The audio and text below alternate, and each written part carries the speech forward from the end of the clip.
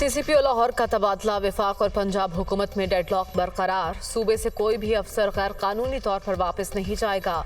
वज़ीर आला चौधरी परवेज इलाही का पुलिस कॉन्फ्रेंस से खिताब।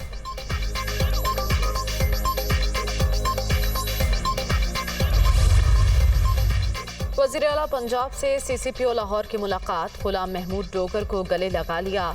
आपको जाने नहीं देंगे, आप मेहनत से जराइम के खात्मे के लिए काम करें, हुकूमत भरपूर हिमायत करेगी। परवेज इलाही की यकीन दहानी।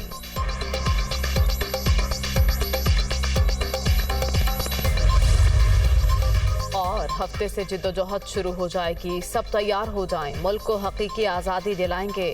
जब कॉल दूं तो मेरे साथ निकलना है। इमरान खान का लाहौर में वकला कन्वेंशन से खिताब।